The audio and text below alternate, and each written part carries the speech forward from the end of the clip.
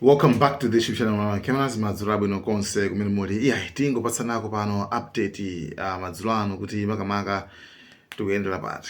Anyway, Trump bweresanso ndithu message ina iwo okay, tiyambire kayapa.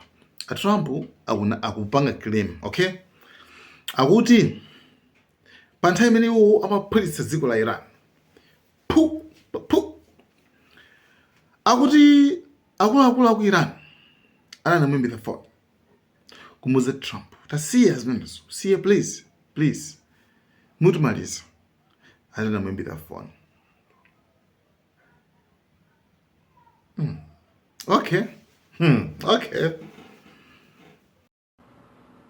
Yeah, hey guys, good morning. Overnight, the United States unleashed powerful strikes against the Iranian regime. CENTCOM says that Iranian military surveillance systems, along with communication systems and air defense sites across Iran, were hit. Speaking from the Situation Room, President Trump told Fox News that 49 Tomahawk missiles hit locations as close to 40 miles from the capital of Tehran. Positions were also targeted along the southwestern part of Iran. The president described the strikes as violent and vicious. Also, President Trump says top Iranian officials called him directly, asking him to stop the bombing.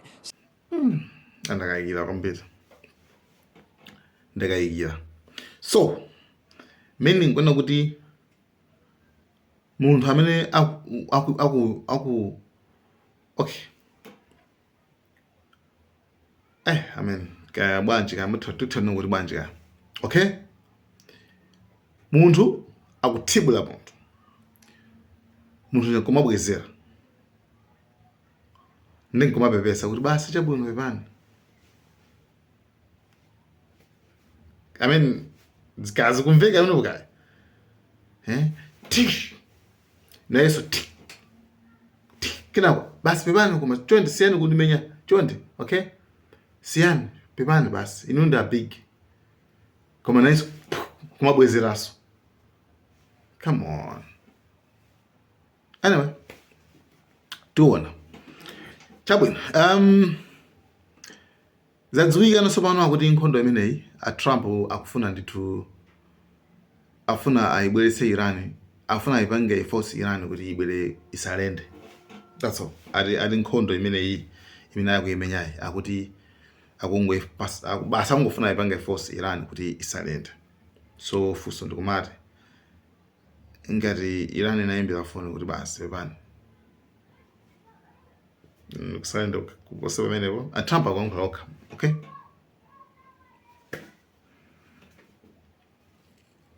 Akuti olo Iran ilango ndina kuti basi niyo ndi akuluakulu basi chanchani ife niyo ndi mabiki ife basi chanchani tasalenda akuti basi ndikuti nkhondo ithaba zonse zitha. They should wave. They're very proud. Maybe you won't see a white flag, but essentially that's already what they are. They should wave the white flag of surrender. In hockey they say uncle, right? When are they gonna cry uncle? But and they have another expression. If this were a fight, they would stop it. They know what to do and they know what to do. They know what not to do, more importantly, actually. And so no, Iran inaimbira kale. Tikaranga claim ya iwo. Iran inaimbira kale. Urawe basi bad. Trump na boss. Endi pakana nditu Fox News, nditu news yeko ntumalengeza zimenezo. Urala na aimbira Trump. Actually, it's about. Okay. Then tulowe ku message ina akuti Trump iwo ati akuona zoti Irani mmeanena mu video muti kuti yafuka kwambiri atatha kupitamo kutulukamo chanchani ndakuti lero usikuso apangaso nkhondo inaso mpakana afuna apite ku Qatar Island kucha kumene manena kuti kumene kuti ndi ku red line kucha, you know, lifeline. Will there be more bombing tonight? Yeah, there will be more bombing tonight. It'll be bigger, more powerful. Don't forget, we've knocked out all of their anti-aircraft. They don't have they have nothing. They may get lucky with a shoulder weapon or something, but for the most part, they have no They have no defense. What did the representative say in your phone They're call with finished. them? Excuse me. They're finished. But the papers, the media refuses to write it. They're finished. We can walk in there tomorrow. We could take soldiers. I don't want to have boots on the ground, but if I wanted to, we could put a small group of soldiers and take over the whole place. They're finished. And the media is crooked. They're just like our elections. Ndi moyo nangasi 90% ya mafuta amachokera ku island imene ndeyiwa kuti tipite kaphulitsa kuti kumene koko actually kuti akalanda kaphulitsa anyway whatsoever. So komanso malo enaso aphulitsaso Trump amene nde we'll see tiona kuti kumapeto kwake zikhale zotani. Okay, imene ndi nkhani yoyambirira. Koma nkhani number 2 ndi nkhani yokhuzana ndi FIFA amene ichitikira ku America ko imene ndithu anthu ambiri akuiblame kwambiri sina bebe akuti ndi ausiru kwambiri chifukwa anthu ambiri abwezedwa, even ma supporters aku Iran abwezedwa. Actually ku Africa so akugwisa ntchito tsankho anthuwa, okay, akugwisa ntchito tsankho mukudziwa kale simenza khalira. So mnyamata uja anambweza uja pa nyamata uja anambweza amene ali referee what anali best 2025 kumbweza ndithu. You see ati basi yeyu anali connected ndi magulu azigawenga au zifamba bla bla something zinthu zake. Anamfusa atulankhana Trump kuti akulu banje anthu makamaka kubwezedwa iye akuti Trump afuna alowetse anthu oyenerera mu dzikomo.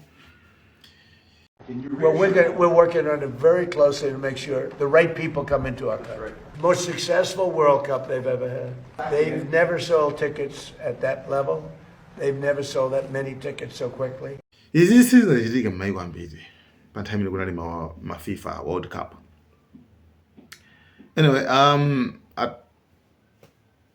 zapeza kuti nyamalo atabwerera mwe uchako anthu ndithu anamulandira mpasa chikondi kwambiri ma Africans.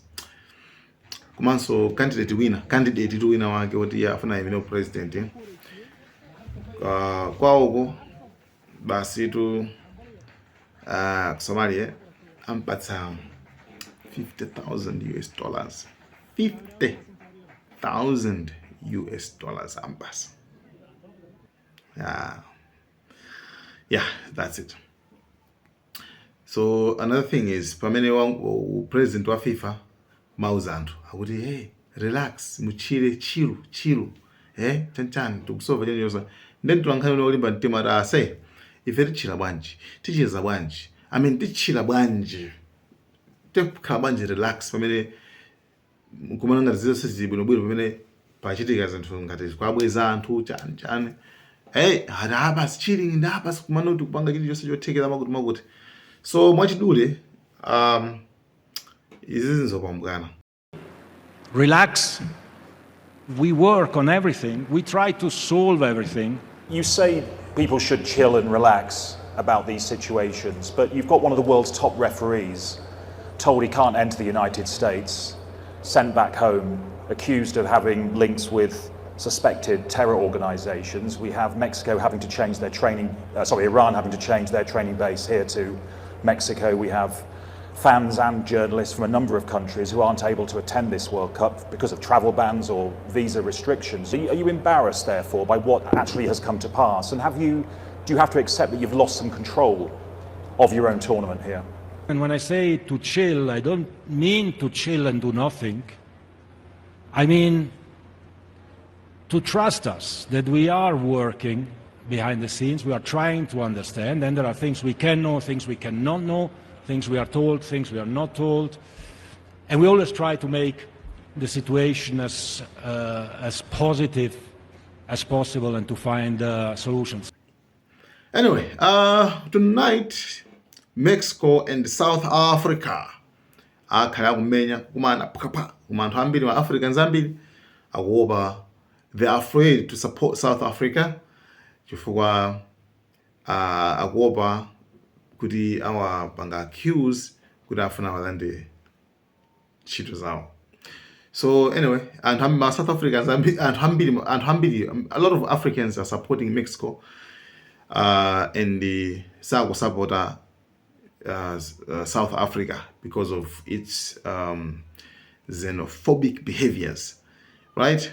Yeah, they guys, thank you so much. Malawian cameras.